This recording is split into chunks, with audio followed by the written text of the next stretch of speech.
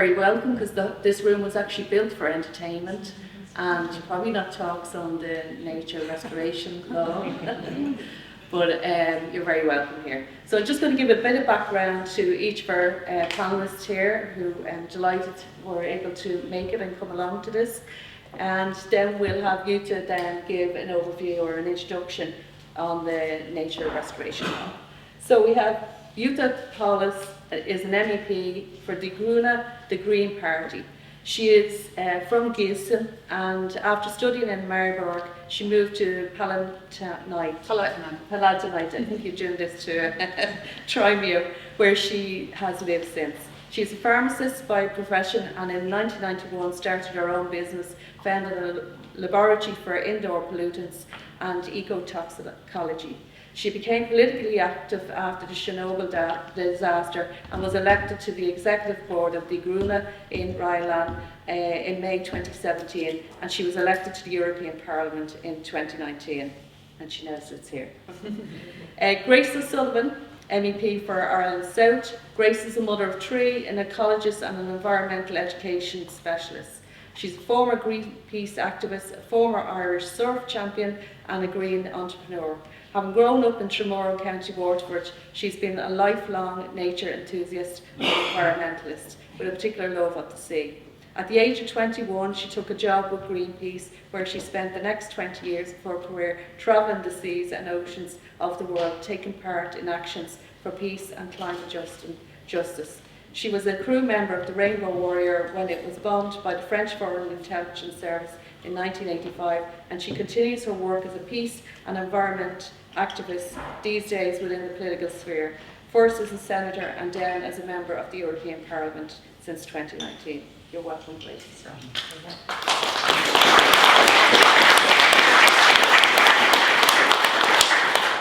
Fintan Kelly is an agriculture policy officer with the IEN, Irish Environmental Network. He works to make Irish agriculture and land use policies more sustainable for nature and people. He has an MSc in environmental biology in Utrecht University and a BSc in environmental science from NUI Galway.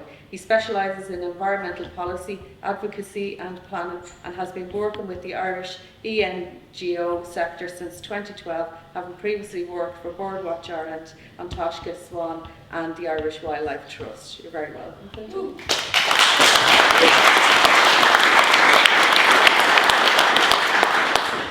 Dr. Victor Hrymak works with Farm Carbon.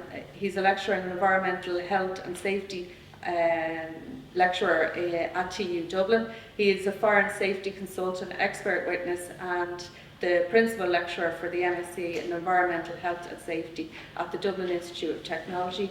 He has over 30 years of experience with public and private sector organisations. This extensive experience includes inspection, project management and enforcement roles in London, as well as the head in fire and safety for Trinity College Dublin. He is a published safety author and has presented at national and international academic conferences, as well as many professional fora. You're very welcome.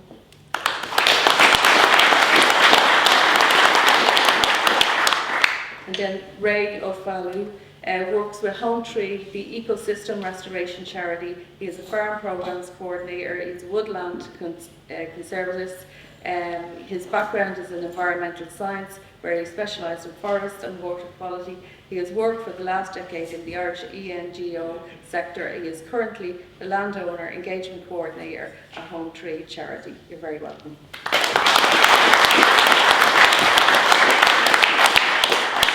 Now, could I ask Jutta Paulus to come up and give an introduction to the nature restoration laws?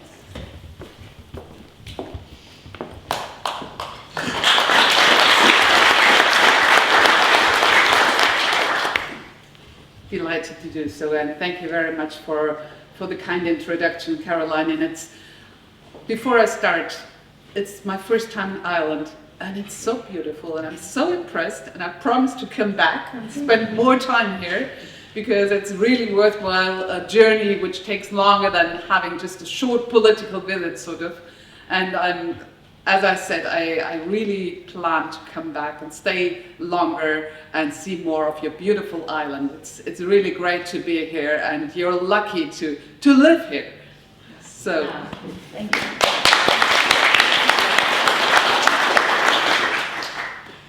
And I also would like to put things, let's say, in a bit bigger perspective. We're talking about the nature restoration law, which we currently are negotiating on the European level.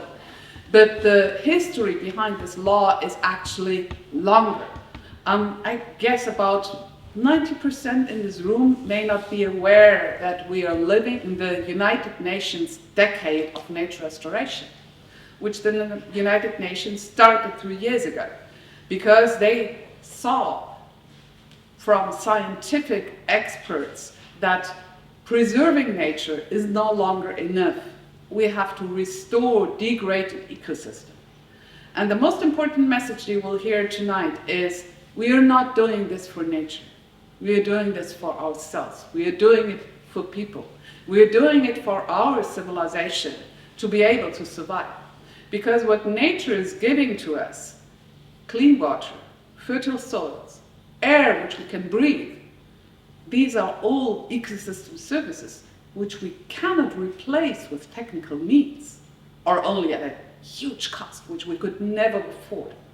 But what we are doing is we are destroying ecosystem and taking away those ecosystem services at an alarming rate. And that is also why the United Nations have said we need to work on reversing that trend, getting back from bringing ever more species to extinction to increasing the populations of the species that are still there. Because right now the planetary boundary of biodiversity loss is the planetary boundary which we have transgressed the most. We are losing species at a rate of about 100-fold of the natural rate. This is not unprecedented in history. You might remember the dinosaurs going extinct after the meteorite hit the Earth. But it's a similar pace to back then, where about 70 to 80% of all species were lost. And I'm not afraid of the planet. The planet will do fine without us. The planet will recover. There will be new species, and give the planet 1 or 2 or maybe 10 million years of time. The planet has a lot of time, but we don't. We will not be able to adapt. So that is what is behind the history of the UN decade of restoration.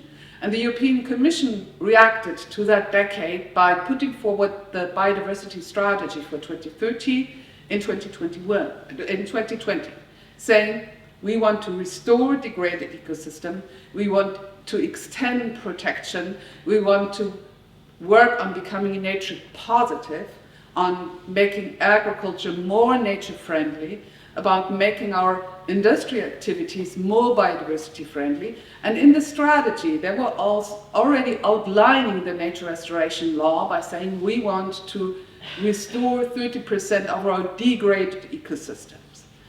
The European Parliament reacted to that strategy by putting forward a resolution where we said, okay, let's take 30% of all ecosystems to be restored by 2030, or to be under restoration measures. Let's rather put it that way, because we will probably not be able to achieve this in that short a period of time, but the important thing is to get started, not to waste any more time. Then the next milestone, I might say, happened last year in December in Montreal, where we had the biodiversity conference. And at the end of the conference, there was the Kunming-Montreal Agreement, which was negotiated by China.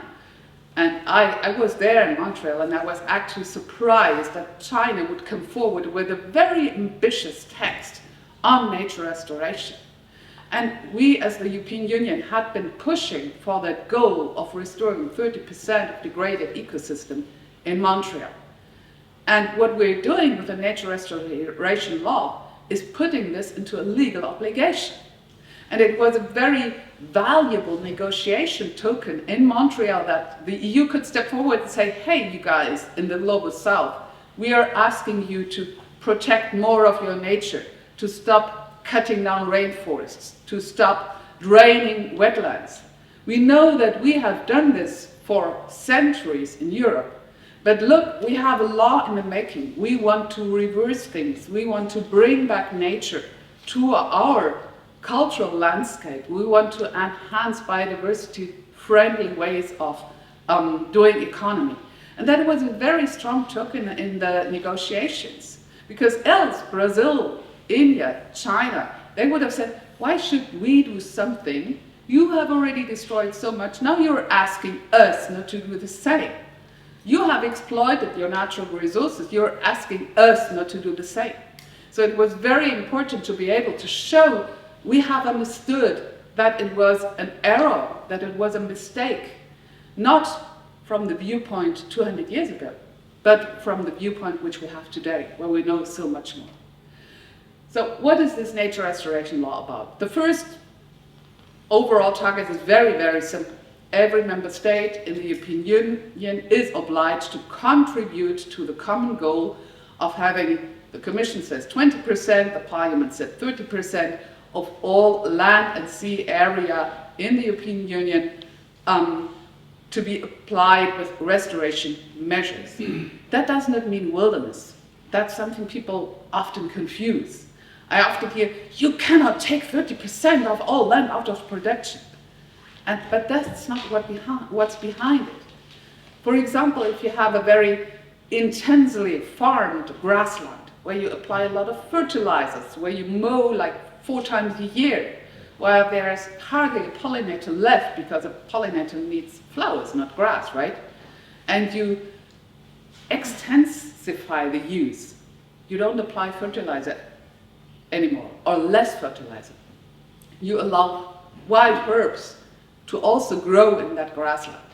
You don't mow before, let's say, mid-June, so that the birds are able to raise their young. Then you still have a productive grassland, not as productive as it was before, so there must be compensation for the farmers. Of course, they must be paid for providing those ecosystem services. That's clear. But still, it doesn't mean taking the land out of use. So the European Commission has put forward in their proposal several indicators. For example, the grassland butterfly index, the birds of the agricultural lands index, that those indicators should be increasing, that member states have to make a restoration plan which is adapted to the individual situation of the member state on which targets would they thrive for, because it doesn't make sense to, let's say, go for the peatland rewetting target in Portugal, where you have no peatland. But it does make sense to go for restoration of peatlands in Ireland, Germany, or the Baltic states. And in that way, member states have flexibility, but they have to adhere to certain rules. So we have indicators for agricultural land, for forested land, for urban ecosystems, which is extremely important, and it becomes ever more important because we all know that our summers are getting hotter. We all know that we will experience more extreme weather events where you have a lot of rain coming down in a very short time. I mean, look what's happening in northern Italy right this week, where we have really flooding all over Emilia-Romagna and also the Tuscany, which is really dangerous. So by rethinking the way we are using our urban land will also help adapting to climate change, but also contribute to biodiversity and to people's health. Because we have a lot of studies that prove the more green and blue spaces people have around them, the less sick they become, the better their mental health, the better the air they breathe. So it is, as I said, it is not about nature, or not only about nature, it's also about us, it's about our well-being. And I will not talk about every single article in that law, because it would be a bit boring. And I think tonight we will be talking a lot about peatland restoration, and I would like to make only a few points there. Peatlands are our allies in the twin crisis of climate change and biodiversity collapse, because peatlands are a great store of carbon, but as soon as you drain a peatland and air will be getting towards that organic matter, then the microbes start eating up that turf. They really turn this organic soil into CO2. So if you have a peatland which is drained, which is under intense agriculture use, 1 hectare could emit up to 40 tons CO2 per year, whereas a natural peatland stores 4 to 8 tons CO2 per year. So the most important thing would be bring up the water table so that the peatland stops emitting those vast amounts of CO2, which will also be necessary if we want to achieve our climate targets in the European Union. And also the IPCC says, without restoring ecosystems and re-wetting peatlands, 1.5 degrees is out of reach already. We have to do that in order to stay within, let's say, a bit safer boundaries for our humanity and civilization. And one other thing is important about wetlands and peatlands. 10% of all species globally live in wetlands and peatlands. More than 50% of the birds are dependent on wetlands and peatlands, either for breeding or for resting during their migratory routes, or for those ecosystems providing the insects which they need to rear their young. So everything is connected in those ecosystems. And I had a great talk yesterday with Professor Jane Staub from Trinity College. And she was giving a very great quote, which I really like to give to you. Because she says, she's often asked, well, it's not rocket science when we talk about ecosystems, right? And she says, yes, it's not rocket science, because rocket science is easy compared to ecology. Because rocket science, we have the laws of physics, right? And they apply and you do your calculations, fair point. But with ecology, we know so much more than we knew 100 years ago. But still, we don't know all the interconnections. We don't know how all the species are connected to each other. There's this one example a lot of people know about, I don't know the English word of this. It's a certain type of butterfly. And the caterpillar of that butterfly is dependent on having a certain ant present in the ecosystem. And also, pardon? Yes, sounds good. In German it's großer Wiesenknopf Ameisenbäuling, which is... And so the caterpillar is dependent on that certain plant to feed on, and it's dependent on the presence of the certain ant, because at a certain time in its development, it lets itself fall to the ground, emits certain odors so that the ants think, oh, this is one of our larvae, oh my god, what's it doing out here? So they carry it to the nest, feed it, and then it has to get out before the ants realize it's not an ant. But if the plant goes extinct, or this certain ant goes extinct, it's game over for this butterfly. There are vast amounts of this sort of connections which we haven't even researched yet. But what we're doing, we have this, let's call it safety net of our nature, but we're cutting single strands of this net every day without knowing how long the net will hold. But if we cut all the strands, the net will be gone. And therefore, this law is really our great opportunity to come forward with plans, as I said, on each member state's level, that are fit for each member state's needs and for each member state's situation, of course, which is, there are huge differences between Finland, Ireland, Portugal, Greece, Bulgaria. So there must be a plan for the specific situation of the member states. And I would even say it's the law for the rescue of nature.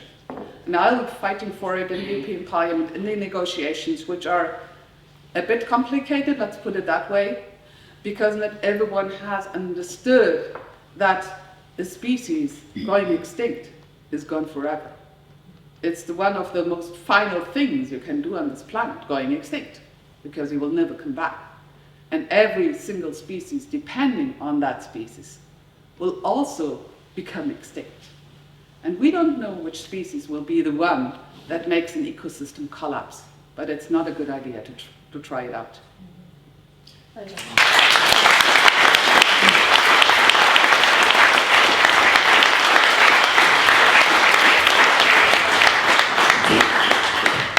So the aim is here now to try and get all the panelists I'm in. sorry. No, and then we'll have some time then to open questions to the floor then. And Rebecca is going to go around with a roving mic, so if you can wait for her when she gets to you. So I'm going to start with Grace. Is this on?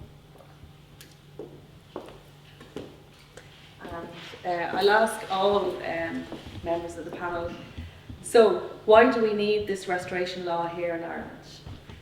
Well, firstly, thank you very much for the opportunity to be in this wonderful room this evening, Lord Mayor. And I think Jutta has really made it very clear why we need the law. I mean, you know, you use the word safety net. It's the web of life, you know, and it's protecting species and habitats and ecosystems. But why do we need to do that? We need to do it because yesterday, when I listened to the news from the World Meteorological Organization, they told us that the planet is warming at an unprecedented rate, and particularly because of the El Nino effect. The warming of the oceans is going to really impact on all systems, so that the extremes of weather that are coming down the line are going to be very difficult for us humans to manage and to cope with. And what we saw in Italy over the last number of days has proven that. And we've seen the droughts in the Mediterranean region last summer. So we really, as Jutta says again, we humanity, more than anything, we're really in trouble. And this nature restoration law, from my mind, it really does give us an opportunity to in line with the European Green Deal, in line with other pieces of legislation that have been put on the table over the last number of years, really to kind of synchronise the opportunity to protect habitats. And today we were in Abbelig's Bog, and we saw there again how Bord na Móna had over many decades had extracted peat, and their intention was back in 2000 to extract more, but the local people, they recognised the need to protect that very important habitat. This was in the year 2000. We're now 2023.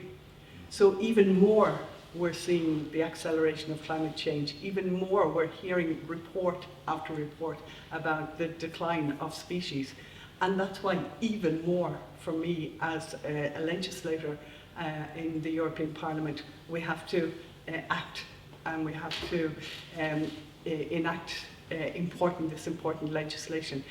What's particularly interesting about this is that the targets that are in the legislation are legally binding. And why is that important? Because already 10, 15 years ago, the European Commission came forward with voluntary mechanisms. So to try to get farmers, different sectors engaging in voluntary schemes to protect nature. But actually, member state after member state, so 27 member states within the European Union, failed to deliver. And so we are seeing that is to the detriment of species, so we need to reverse that. And then the whole issue of climate change and biodiversity loss, they're completely interlinked and interconnected. So again, this piece of legislation is looking at carbon sequestration. It's looking at climate mitigation, climate adaptation measures. It's looking at reversing the decline of pollinators. And it's looking at so much more. As Jutta said, there's a lot of articles in the legislation, but one way or another, from my viewpoint, having been involved in the environmental movement now for nearly more than 40 years, I can see that if we don't have the legally binding mechanisms, that this won't happen. And I think it's important that we allay the fears of some members of the community, particularly farmers, who are concerned that this is about taking away their land. It isn't. Many farmers already are working and have been working towards the restoration of biodiversity on their land. And this has to be celebrated, it has to be acknowledged, and it has to be rewarded. And that's what we're saying more than ever. We're saying, look, we do recognise that we all need to change. And it's not just about food production, food security. It's also about making sure, in terms of sustainability, that we enable that into the long term. So this legislation basically has a number of measures in there, and least of all, we're fighting for funding mechanisms to support those who support nature. And in the end, as Jutta says, this is about humanity. It's about our own survival. And this legislation is part of a suite of legislation since we were elected in 2019 as part of the European Green Deal that will help us in the European Union to go a long way to meeting our obligations under the Paris Agreement, climate obligations, and also reversing the decline in biodiversity. So that's why, for me, it's really important. Thank you very much. Ray?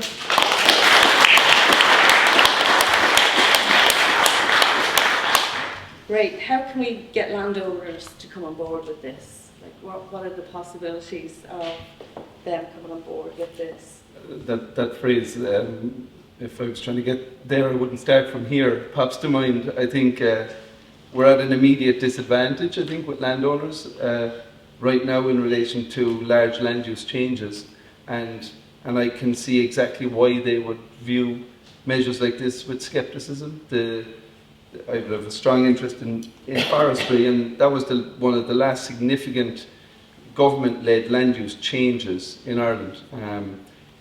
The state had been planting trees in Ireland from around the 50s, and in the mid-90s, for different reasons, it transitioned the obligation or the emphasis from state-led planting to farmer-led planting around 1995. And at the start, farmers really embraced it, and the state was planting well beyond its targets, 25,000 hectares a year.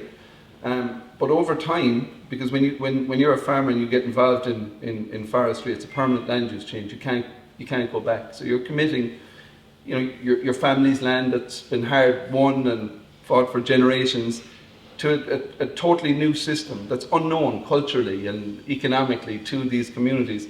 And along the way, the government changed the goalposts. The term of payments was reduced from 20 years to 15 years. Payments were allowed and expanded for other non-farming groups that weren't expanded for farmers. When diseases like ash dieback arrived, there wasn't good recompense for farmers. The same when the felling license fiasco happened in the last 2 or 3 years. So we're here at this point again where we're saying we need you to do this thing. It's really important, and I agree, it is so important. You can ream off all the facts about environmental degradation in Ireland. We've less than 1% of our old native woodlands left. We've same with grasslands, less than 1% of our raised peat bogs left. It is a genuine biodiversity crisis, and we do need farmers own 75 to 80% of the land in Ireland. They are the key stakeholder. So we need to reassure them this time around that it'll be different to the last time. And that, to me, is the primary challenge. It's not difficult to create new woodlands. It's not difficult to re-wet peatlands. We know how to do it technically. What we need to get right is the reassuring the current owners that it's in their long-term best interest. And I mean, farmers are interested in legacy, they're interested in their children's well-being. We have to assure them that it's in their and their children's best interest to engage with the state on this initiative. Thank you.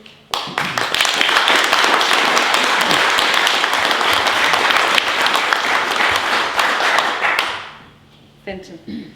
So what are the potential biodiversity impacts of the nature restoration law in Ireland? Potential biodiversity impacts. I think they'd be massively positive. It's a very broad and deep piece of legislation, so I'd say it's the most ambitious piece of biodiversity legislation we've had since the Habitats Directive, which came out 30 years ago. There's been a lot of talk, particularly from member states, about it being too ambitious, too broad. I suppose the way I would look at it, there's elements of it that are just about doing what we should already be doing. So for me, that's not very ambitious, but it would be very important for biodiversity. An example I would give of that would be that if you look at Ireland, the most recent assessment by the National Parks and Wildlife Service say that 85% of the habitats that are supposed to be protected under the Habitats Directive are in unfavourable conservation status. Half of those habitats have a long-term declining trend, and that situation has been like that since 2007 when we actually started monitoring them. So what's clear is that if you give member states open-ended deadlines to protect biodiversity, the evidence shows that they don't do that. Another example of that is there's currently an open case by the European Commission against Ireland for the failure to designate 217 different sites under the Habitats Directive as special areas of conservation. There's also a failure for half the sites to even have conservation measures in place. So what the nature restoration law would do would actually force member states to actually put a plan in place, a nature restoration, a national restoration plan, and it gives a lot of flexibility to say how we're going to do it, but it would actually set incremental targets and timelines. So in practice, all the biodiversity that we've been massively failing, species like the curlew that have declined by 96% in the last few decades, these species might actually have a chance because the Commission would be talking to us and kind of saying, you know, you said you would specifically do this by this deadline, and that would happen. Other things that I think biodiversity would benefit, I think obviously the nature restoration law has changed the frame that we're looking at biodiversity in the EU, and that we're talking about restoration, so it's not just protection. A particular area of interest, I suppose, for me, with the fact that it's really, it's kind of its time because it's bringing together climate policy and biodiversity policy. So it recognises the importance of peatlands in particular, seagrass beds, you know, ancient woodlands and whatnot, and the value that they bring in terms of carbon sequestration. So for Ireland, like, we have potentially a massive asset in that 20% of our country is covered in peatlands, but through massive mismanagement and failure by our political leaders, we've got a massive liability in that these peatlands are emitting vast amounts of emissions. So, you know, there's elements of the nature restoration law that actually set targets to allow us to restore those habitats and to get all those benefits to society from, you know, better drinking water and carbon sequestration, biodiversity, you know, all this stuff, flood attenuation. So these kind of things would massively benefit biodiversity, but also massively benefit society. And I think, as Ray was saying, I think the key is that, you know, the science and past experience show that if we restore biodiversity, massive benefits will accrue to society. And what we're failing to do is then ensure that the people that are delivering those benefits, farmers on marginal land, you know, people that are doing the right things, that those financial benefits aren't passed on to them. So I think it's unquestionable that there's going to be massive benefits for biodiversity if we deliver on the nature restoration law. But I think the big problem is politically it's under a lot of pressure, yeah, we need to hope that we can get through that and we can get something that can really deliver at the end of the day. Thank you very much.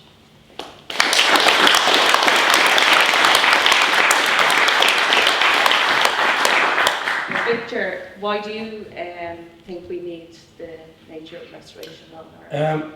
Well, firstly, my background being a safety engineer, I can just tell you that a European Union directive, framework directive, was brought in the late 90s and had the effect of reducing fatal accidents at work by 70%. That's the type of effect that the nature restoration law will have. Once you have that legislation there, Ireland will be required to follow it, and it is a no-brainer in my opinion. It should come in. And I've seen the effect of what it should do. I work for the Director of Green Restoration Ireland, which was set up on foot of a government grant by my colleague who cannot be here, Dr. Douglas Macmillan, but his parents are here, so thank you for coming. What we found with Green Restoration Ireland, who was set up to actually work with farming communities, in particular with peatland restoration, is we took the informal approach and we worked with farmers.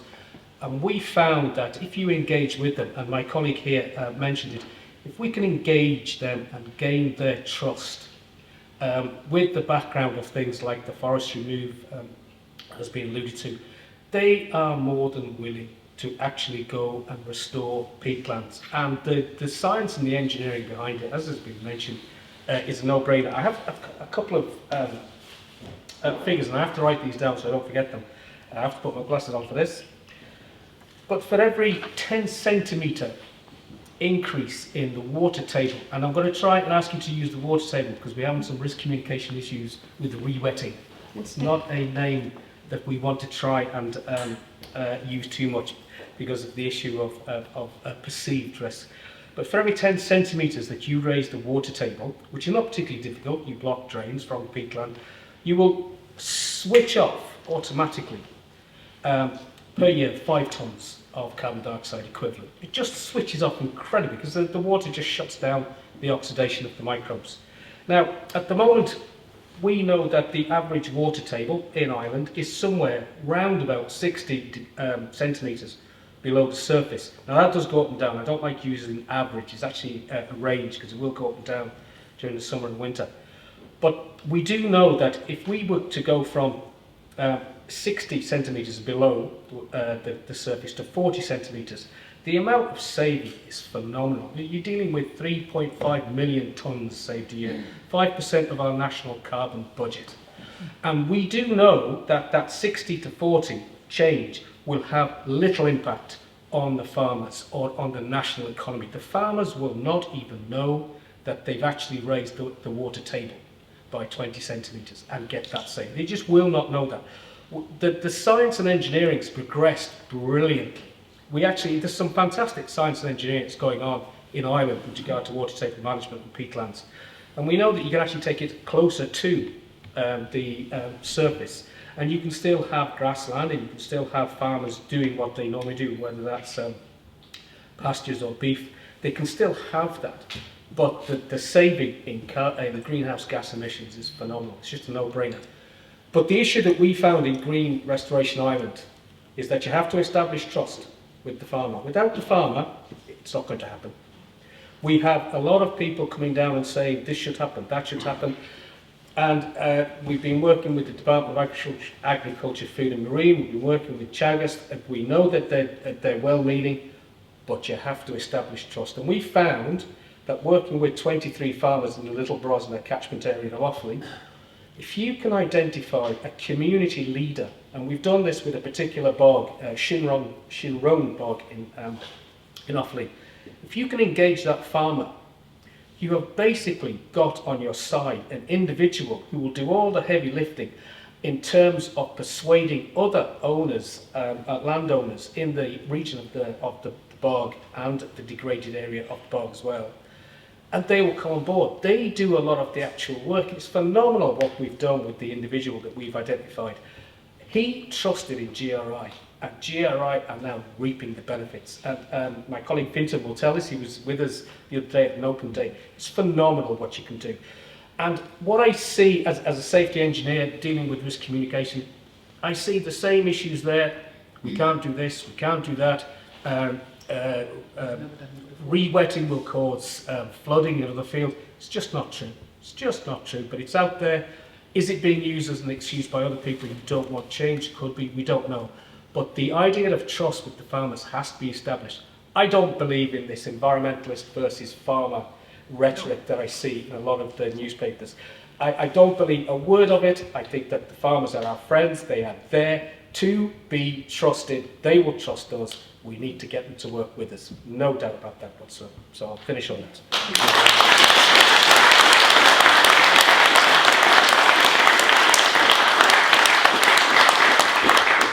Thank you very much, Victor.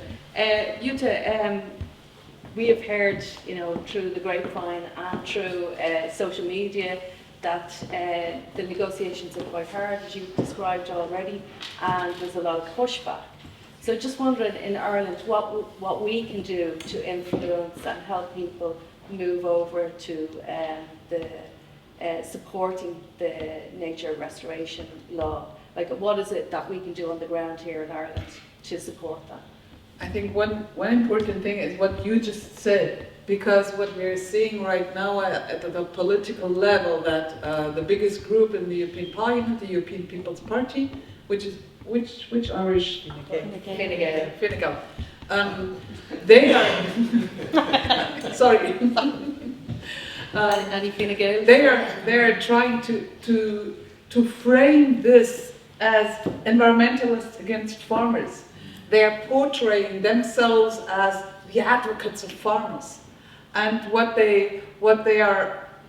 I'm really scared of this move, because at the end of the day, it will be the farmer's income which is in danger when we are cutting down the ecosystem services.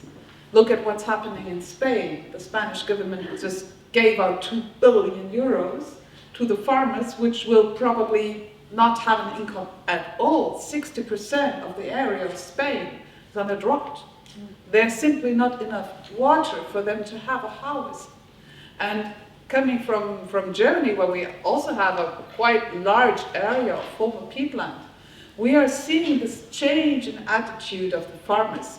When 10 years ago they would say, why should we stop draining our land? That's the only way we can really do agriculture on this land, else it would be waste. Nowadays they are saying, well, the rains are becoming less. The rains are becoming less, let's say, we can't rely on them anymore. So we need to keep more water in the landscape. So they are really saying, okay, let's look how we can find a solution together. And now coming back to the campaign which EPP started even longer ago, but it really culminated in their meeting in Munich 2 weeks ago, when they brought forward this manifesto. We EPP are standing at the side of farmers against those evil environmentalists who want to take away your income, who want to take away your land. And I think the most important message is, you're not speaking for all farmers. You might be speaking for the big farming companies, not for the family farms. Not for the family farms who have had an ever harder life in the last decades. Where, I mean, we have been negotiating the Common Agricultural Policy, this mandate, and we were desperately fighting for capping the subsidy and for giving more to the small farms and less to the big farms, to the big companies. But it was EPP fighting for the big farms. And now they're saying we are the advocates of the family farms. Please. Yeah. And I think we need those family farms to speak up and say, hey, you have not been supporting us with your policy in the last decade. We have seen a massive loss of farms in the last decade, in a time where EPP has always been the strongest party in the European Parliament. And so I think it would be very good if those people on the ground stand up and say, hey, we want a different sort of policy. We want to be supported, because we also know that we are dependent on healthy ecosystems. And we are willing to work together with scientists, with engineers, on finding ways of doing agriculture sustainably so that it is future-proof, that we have long-term food security. But please stop spreading disinformation. Please stop making proposals which would maybe give more income in the short term for the biggest companies, but meaning less income in the decades to come, and say we are the family farms. We want to give to our children a land where they can still grow crops on. And we are on the side of science. We are on the side of those that want to find solutions that also work for us farmers. We want, I mean, I'm fighting for funding for the farmers who work on restoration, on more sustainable ways of doing agriculture. They need to be rewarded. Because right now, destroying the environment doesn't cost you a thing. It doesn't cost you a thing to emit carbon dioxide. Well, we put a price on that, okay. But it doesn't cost you a thing if you destroy a forest, if you clear cut a forest, which is common practice in Sweden, for example. It doesn't cost you a thing to set free toxic chemicals. You can just do it, and maybe it's forbidden. If you're caught, you might pay a fine. But no fine can ever remedy if your groundwater is polluted by PFAS, which is one of the most damaging group of chemicals humanity has ever invented. They're called the forever chemicals because they simply don't break down. And they're toxic, they cause cancer, they are disturbing your hormone system. They are being made responsible for lowering the fertility of people. They're really dangerous chemicals. And we know all this since the 1960s. We still haven't managed to put a break into this. So we haven't managed to internalize the external cost of our way of doing economy, doing agriculture. But it's high time to do so. And I think the most important message is, EPP, you're not fighting for the farmers. You're fighting for the big companies. Don't delude us. Don't use us, the family farms, as a pretext for your policy.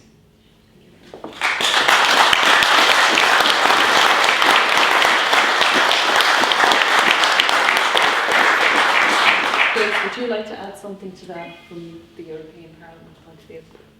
I'd just say that when Jutta finished her statement, I kind of had a sense of a gasp because, you know, there's so much disinformation out there at the moment. There's a massive lobby in and around the halls of the European Parliament, and there's almost like a fear.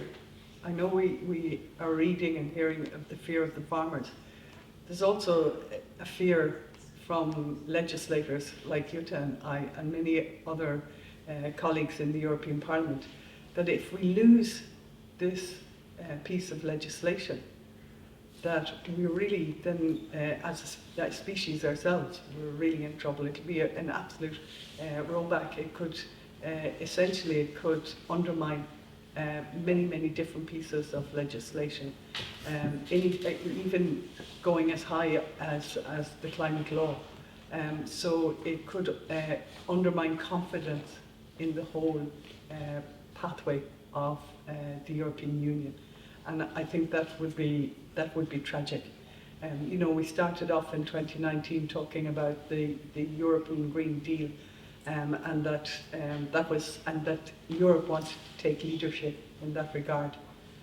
So if we cannot find a way to encourage and influence other members of the Parliament to support the legislation, now there might be weakening, and of course, that's why we're proud to have Jutta really taking the lead for the Green Group in the European Parliament, because you can see tonight she won't step down too easily.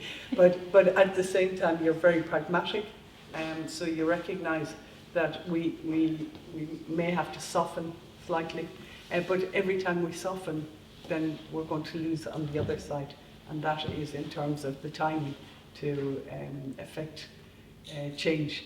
So it is. I feel that sense of fear that the farmers feel, but maybe I feel it for different reasons as well. And I just want to go back to what Vincent was saying, and also Ray very much. I mean, we have to recognise that, particularly in Ireland, you know, it's family farmers are the backbone of farming still in Ireland. You have some larger operators, you have I suppose some who are using this to agitate and to send out disinformation, so I sense a fear amongst many people that this could set us back a long way, and that's why it's really important. As Jutta was saying, we have our colleagues in the European Parliament. We have Fine Gael, we've Fianna Fáil. That we really, they're the big parties in the European Parliament when it comes to this legislation. And I suppose just to be very specific, if you want to support the climate change we need, it's really going to take all of us to get out and we will influence from the inside, of course, our colleagues in those groups, but also we'll need many others to come to the table as well to try to help and support us to get this legislation in some shape or form over the line. And the last thing I'm going to say is, as Jutta said, we're fighting for the money to be there, the funding to be, separate funding to be there to support the farmers, really going to fight for that, because, like you were saying, just the water table, you're only talking, about those few centimetres. It won't even, I know it's complex, but it won't even impact on the type of farming that's going on in many areas.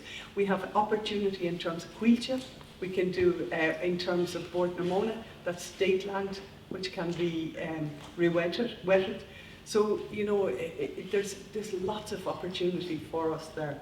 And so I'm very much hoping that our colleagues in the European Parliament from the other groups, particularly our Irish colleagues, that they will recognise that they really are going down the wrong pathway if they oppose this legislation.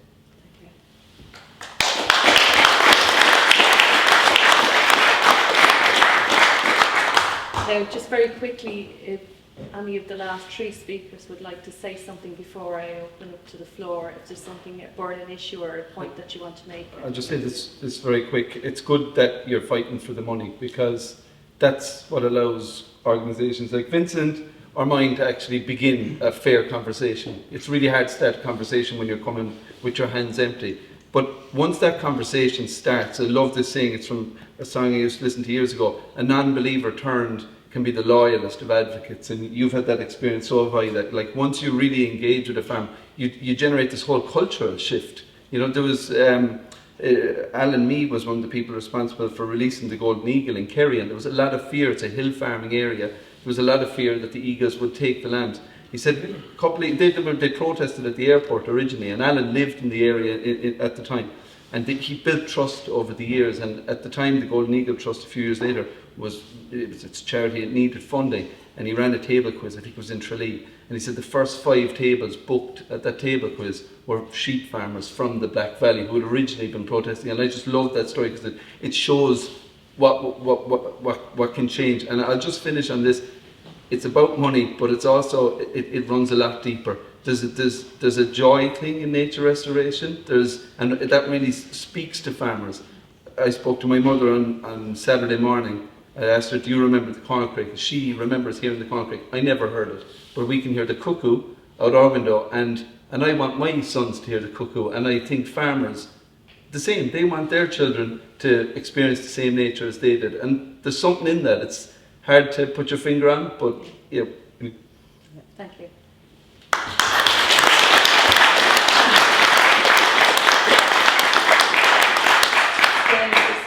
Just a quick point, I think one of the things we've tried to do in our advocacy is we tried to get ahead of the scaremongering. So obviously we saw there was a lot of rural independence, and a lot of the farming representative organisations had particular narratives around rewetting.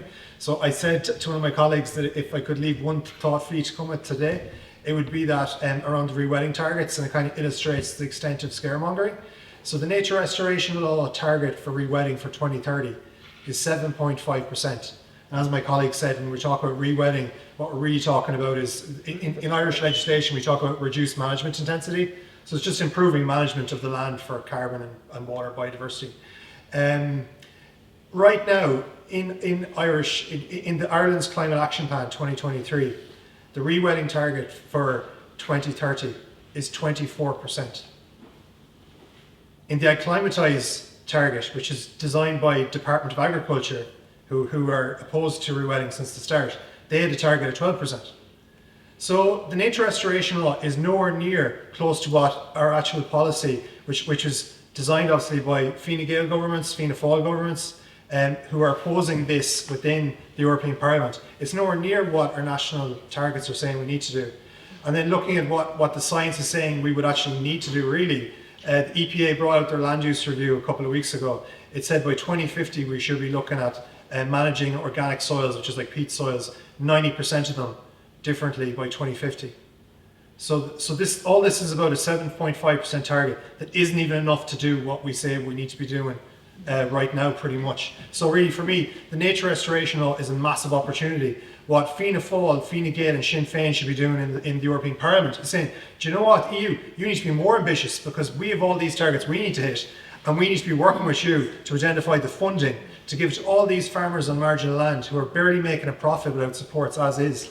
So if they were representing small farmers, if they were representing farmers in the west on marginal land, if they were doing what they actually say to us that they're trying to do, they would be much more ambitious, and they would be saying to Jutta, you need to up your game and you need to push the Commission's proposal and make it way more ambitious. So that's the thought I want you to go with the way today. You are trying, you are.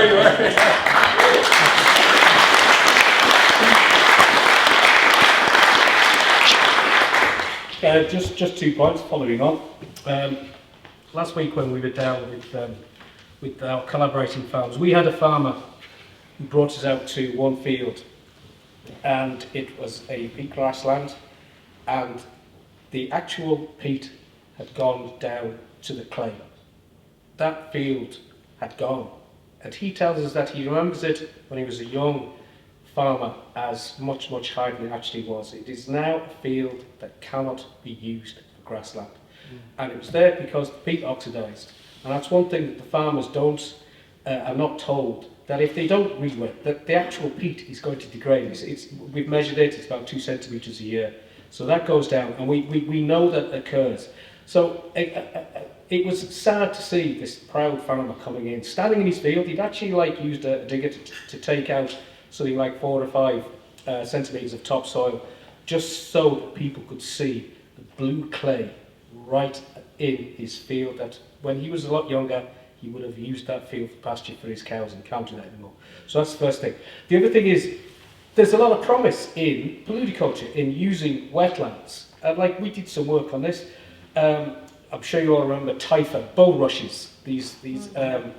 They're now selling, you can get the bulrush heads, the TIFA heads. They're going at, we looked at this, we got the figures, we can validate them, 3,000 sterling per hectare. They will be bought by a company in the UK because they are as good, and some actual engineers are saying they're better than goose down for high-end jackets. They all ran when they were kids.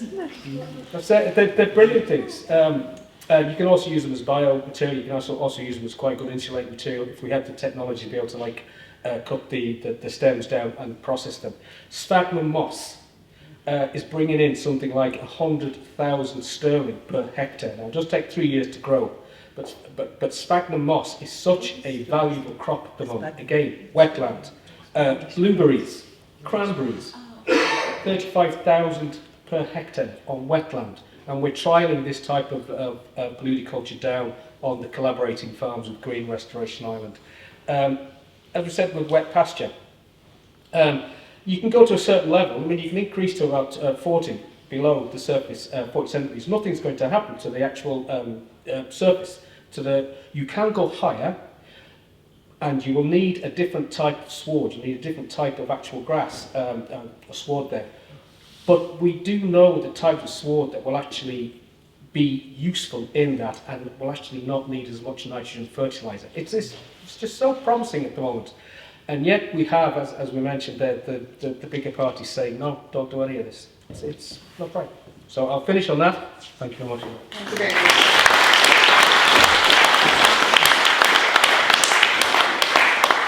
So I'm going to open it up to the floor Hold Can I on. just say on the foot of what has just been said, Green Restoration Ireland would be very happy to show people, it used to be called a model farm. We've got one down in Cork, if you know, in the 19th century. Go and have a look and see all the work of agricultural production that is going in these farm units. So if you see Victor, tell him you'd like to come and see them. Sorry, just an invitation. The other thing is I spoke last week to Carlow County Council. They're all Fine Gael, Fianna Fáil. I'm a founding member of the Green Party. All the local politicians are in favour of the green issue, and they're helping me promote it in Carlow. The lot in Europe aren't. There's a division there. Thank you. Okay. Right here and then over here. Thanks. Thank you very much. I commend the work, and I wish that it do very much hope that law gets passed. Could I ask that you give some thought, perhaps, to getting good enforcement measures in there, directly effective directives? My name is Cleona Kimber, I'm a barrister. So, because what we see is in Ireland, particularly, that I have experience of, the state is one of the worst bodies not to comply with things like the Habitats Directive. If you travel around rural Ireland at the moment, you see hedges slaughtered. You see ordinary citizens who are trying to get the state, local authorities, Fisheries Ireland, who are trying to get the state to help them to prevent their neighbours from clear-cutting. Places just like that. I have a client at the moment who's trying to do that. Places just like that, slaughtered by a developer for a shed, and the state authorities won't actually do anything to go in and enforce it. So there's plenty of ordinary citizens who want, and they have to go to court to do that, but they need to have directly effective directives, and they need to have ways of actually taking and holding the state to account. If you will remember that Ireland was not complying with the climate law, and there had to be a court case which went all the way to the Supreme Court to hold the state's feet to the fire to ensure that it was enforced. Just because you bring in a law, and I'm sure the MEPs will be well aware of this, just because you bring in a law does not mean that it gets enforced. You have to have really good enforcement mechanisms, and you have to have things so that people like me or barristers, when they're consulted by clients, can look and say, yes, I can go into court with you on that, and say to a judge that needs to be enforced. So please maybe give some thought to really good, adequate enforcement measures. Thank you. Thank you.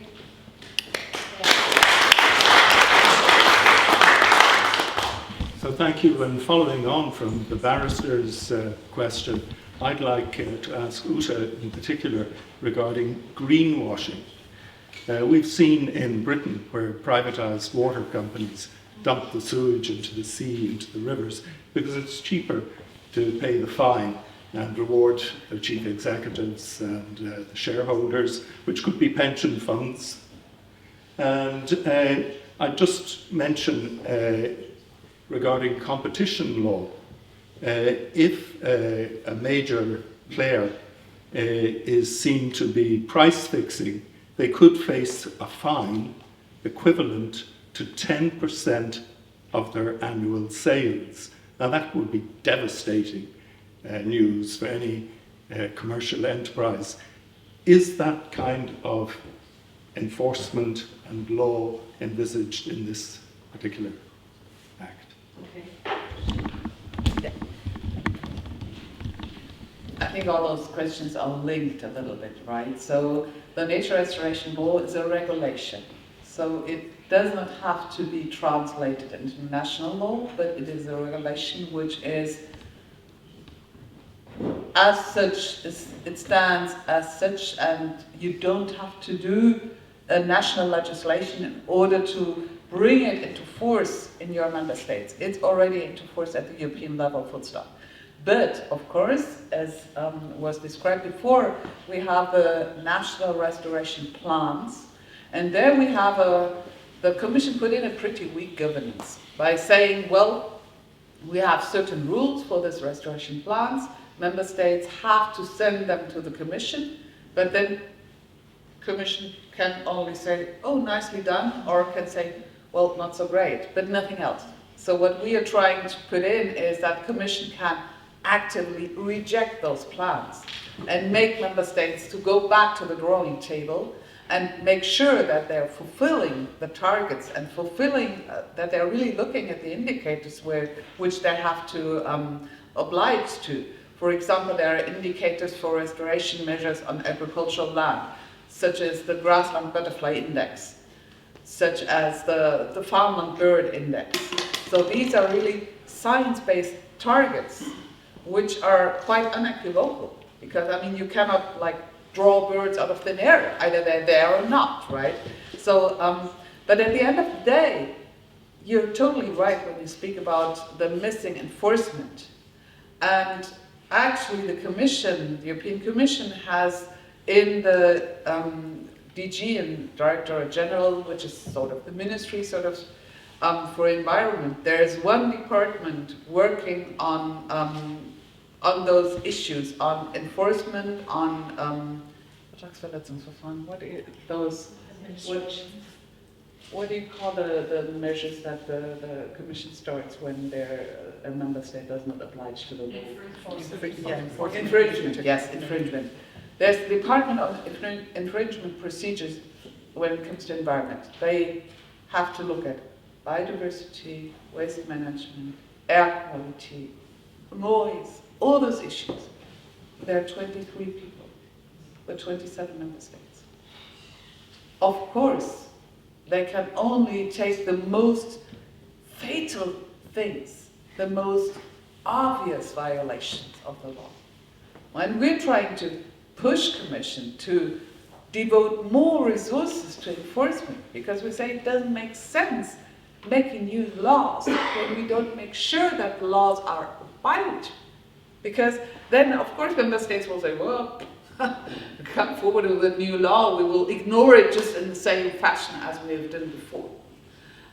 What we're also introducing into the nature restoration law is a stronger recognition of the Aarhus Convention, so that individuals can take action against their member state where they say, hey, your nature restoration plan, your national restoration plan has these elements and you are not following your own plan, so we will take you to court in the member state.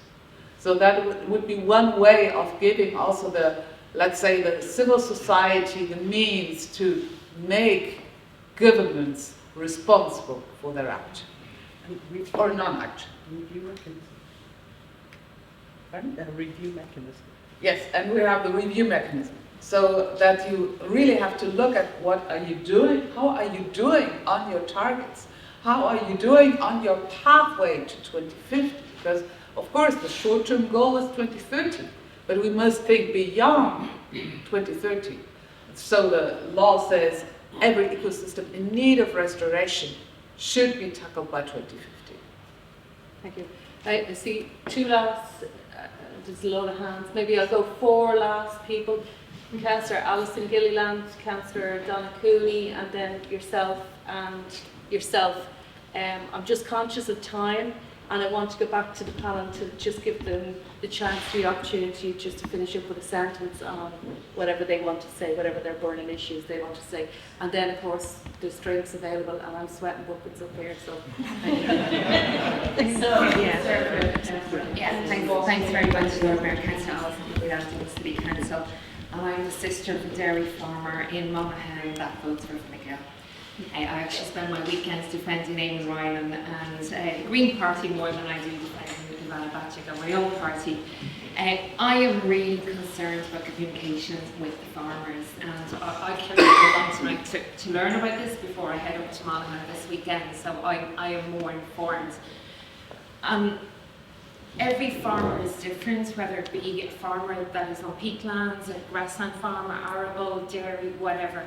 And I just read there in the Farmers' Journal about a meeting the IFA had in Tullamore last night, glaring lack of clarity with regard to this law. And I really do think from a communication perspective, you need to break it down what it means for every single farmer. And it means for you, the dairy farmer, you're going to have bigger hedgerows and you might lose a little bit of production, but is there going to be compensation? And it is about money and livelihoods, and they are, I know from my own family, super stressed about that. Milk prices going up and down, a son who is going to inherit the land and raise their family there. So to me, it is about that trust. It's about communication. It's with the IFA, the Farmers Journal. Every single local newspaper should be carrying a farmer's voice, talking positively about this. So you can get rid of that disinformation and even get it on TikTok, because I know they spend half their time on that as well. So thank you so much for this, and I hope to see this around the country. Well done, thank you.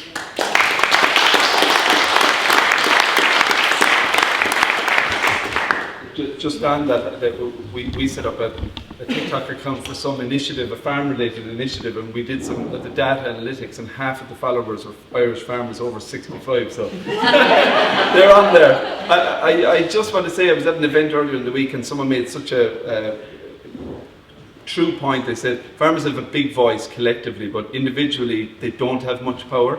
And that even applies to your dairy farmer in Ireland, who last year was earning 70 cents a litre, are earning 40 cents now, and they're worried, they're concerned. So you mentioned the model farms. You know, when we were trying to expand dairy in the country, one of the big successes was knowledge transfer. We really got farmers talk to each other about skill sharing and what to do. We should have model farms like your own, Vincent, all over the country, where farmers can visit and speak to their peers about what it means to undertake this process. I couldn't agree with more what you said. Can I just say? Oh yeah, sorry. Can I just say something on the communication? So I'll give you a kind of a perspective on, like an NGO perspective on trying to get ahead of this. So we kind of saw from the outset that this re-wetting issue and various elements of this was going to be very controversial, and that certain politicians would misrepresent certain targets, because it's if you're kind of saying something's terrible, you can get people fired up, you can get votes out of it. That's happening on a lot of issues. So we tried to get ahead of this. So we dedicated resources into writing an entire report, breaking down exactly what the targets are, comparing them to national targets, explaining how this could be beneficial to farmers, etc. We tried to get it in the agri-media in December, and there was a lot of reporters writing specifically about these concerns around re-wetting. There was absolutely no take-up at all. We wrote to all elected representatives across the Oireachtas, across the European Parliament. The parties that are a big issue, we have had no engagement. 2 weeks ago, we wrote to all Fine Gael MEPs asking for a meeting on this, after they basically said that they would reject the nature restoration law. We've had absolutely no response at all. So this is from the environmental player that represents all the environmental NGOs. And I suppose, like, even our own government, there isn't yet an official government position negotiated. It's gone to cabinet, but it's not official yet. So I feel like farmers have been let down by the media, the agri-media, by certain politicians, and even by the government, by their failure to not really get out in front of this and really communicate clear to them. And it's been hugely frustrating for us, but we'll continue to try and do our best and reach out to farmers as best we can. Thank you. Thank you so much very much. It was really good panel discussion. Councillor Donna Cooney, Green Party, and there's a number of councillors here tonight, but I'm also on the board of the Irish Environmental Network, and on your group that Fintan heads up with the land, the land use, with Forest Friends. So I unfortunately missed that field trip. I was intending to go to, but I had a bit of a family emergency. But I suppose we're 50 years now in the European Union, and there has been some really good benefits to us being part of that in Ireland. And last week, I know we're not perfect with the water quality in terms of the bathing water quality, but it wasn't for that directive, we would be literally swimming in sewage. But now we have 4 out of 5, of the designated bathing areas are now qualifying, at a high qualification. So, we're seeing the benefits of being part of these directives and these laws. And I think we have to stay to the positive that I know, we need more enforcement, but it does make a change. We wouldn't be putting in sewage treatment plants. We would never have done that if we didn't have to. We wouldn't be testing the air quality if it wasn't for the ambient air quality directive. So this will make such a change, and it will make a change, and we need to market, and we need to discuss with the farmers now how it will make a benefit to them, because their livelihoods are really in a bad way. They really are in a bad way at the moment. And this will give them, you know, a guaranteed income and a future for their families on the farm, which they want more than ever, you know. And, you know, we need to say that those people that are doing that, they're scaring you, they're telling you lies, and don't trust them. And we need to be people that trust. And even if it comes to TikTok, I mean, we had our down the clock Jordan, and I think I put my first TikTok was us dancing down the clock Jordan when the Irish Environmental Network got together, and Ollie's sound was on it. But you know, I'm hopefully there was a lot of farmers, older farmers watching that. But I just think, you know, we need to get, you know, talking at a grassroots, find the leaders within the farming, with the community. Farmers are great for the middle and looking after each other and helping. And if you just find those people, you know, the word will get out and they'll say, this is not a thing to be afraid of, this is a thing to actually embrace. It's going to be absolutely wonderful for us. And, you know, on these sort of meetings like that, we need to get out there now and start speaking to them, you know, and letting them know that, you know, we need their help. You know, so we will help them because we need their help more than ever.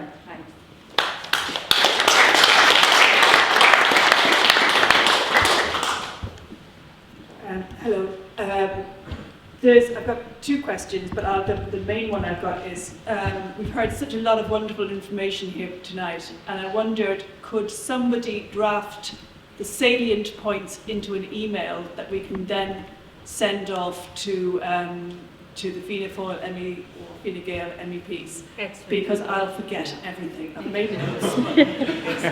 But yeah, could you bullet point for us, or maybe draft an email? That. I just gave the guy back. He's going to do that. Fantastic. And my other question was... There is a petition. Just to respond to that one, the NGOs actually have a Restore Nature campaign at the moment.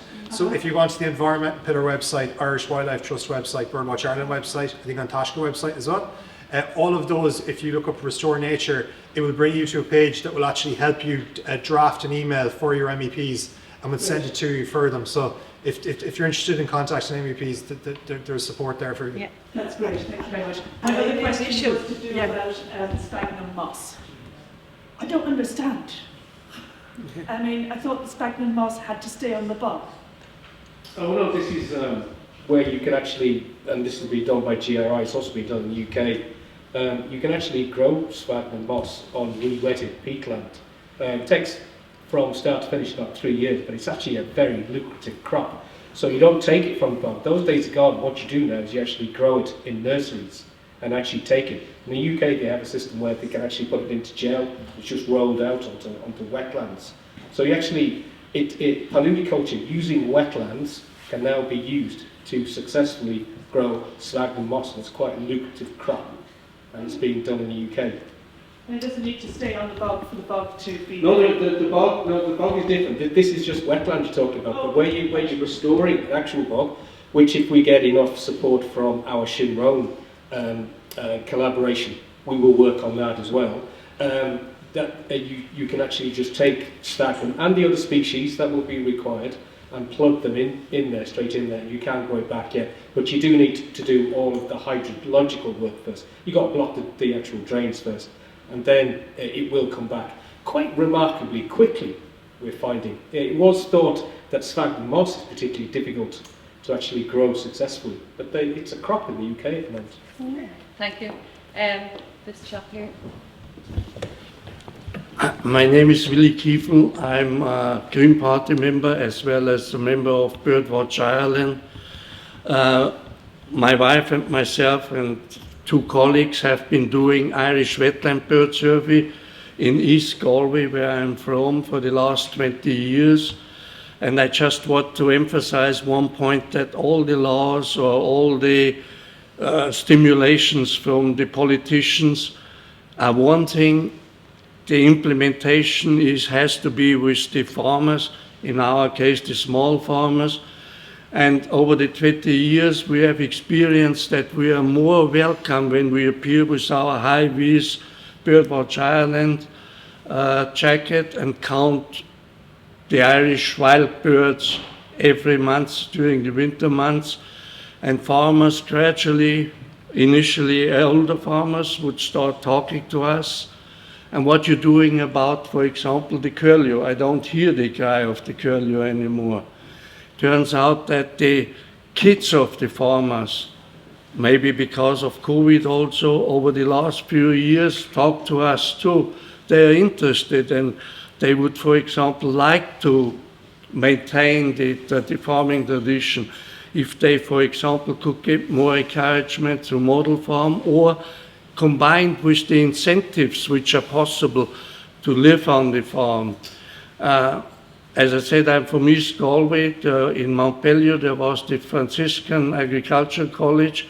That's oversubscribed now. It's okay under the ATU, Atlantic Technical University. Likewise in Tuam, where I'm from, crafts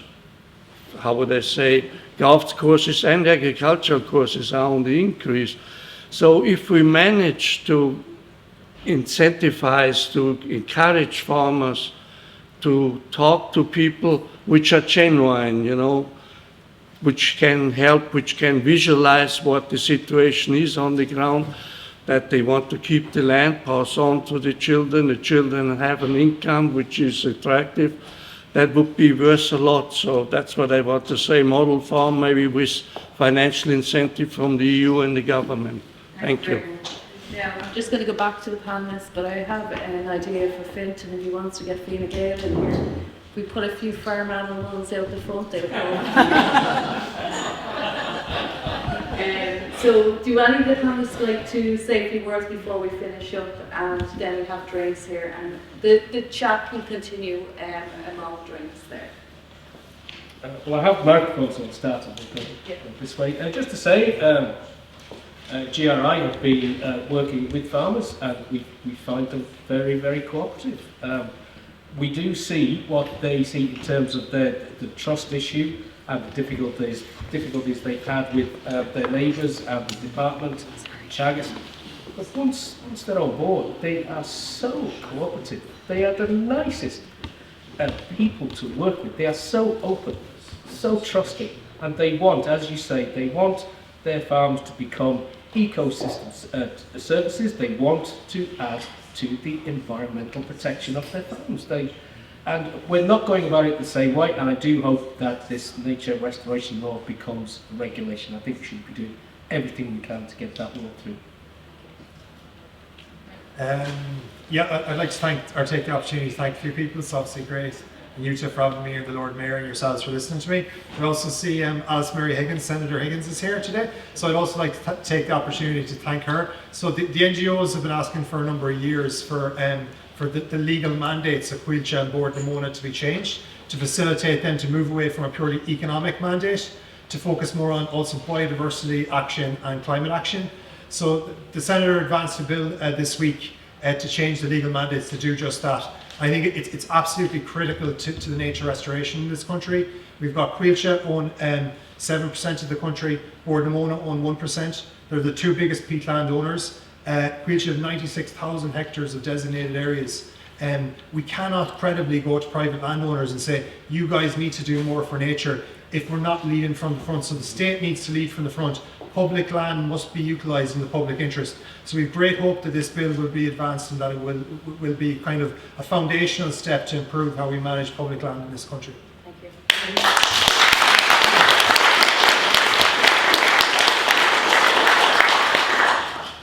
Yeah, thanks for a great event. I'll be very brief. I think landowners have found themselves desperately short of trusted interlocutors, people, organisations they can genuinely work with, and I think this is an opportunity to start again. And something like, I know social partnership didn't end wonderfully in the state originally, but something like a social contract, say we can't predict the future, but there's a set of principles we'll always work towards with landowners, I think will be a great start.